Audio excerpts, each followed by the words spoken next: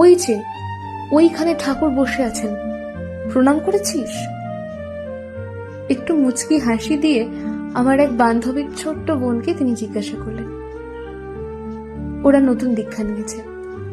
আমার বান্ধবীর মা তাকে গৌহাটি মন্দিরের অমরধামের ব্যালকনিতে দেখেন। আমাকে আন্টি বলল ওদেরকে নিয়ে যেতে তার কাছে। আন্টির যখন ইচ্ছা হয়েছে নিয়ে গেলাম। ছোট্ট বোনটির বয়স তখন 8-9 বছর। তার সামনে থেকে আসছে না, একটু একটু মিষ্টি দুষ্টুমি করছে।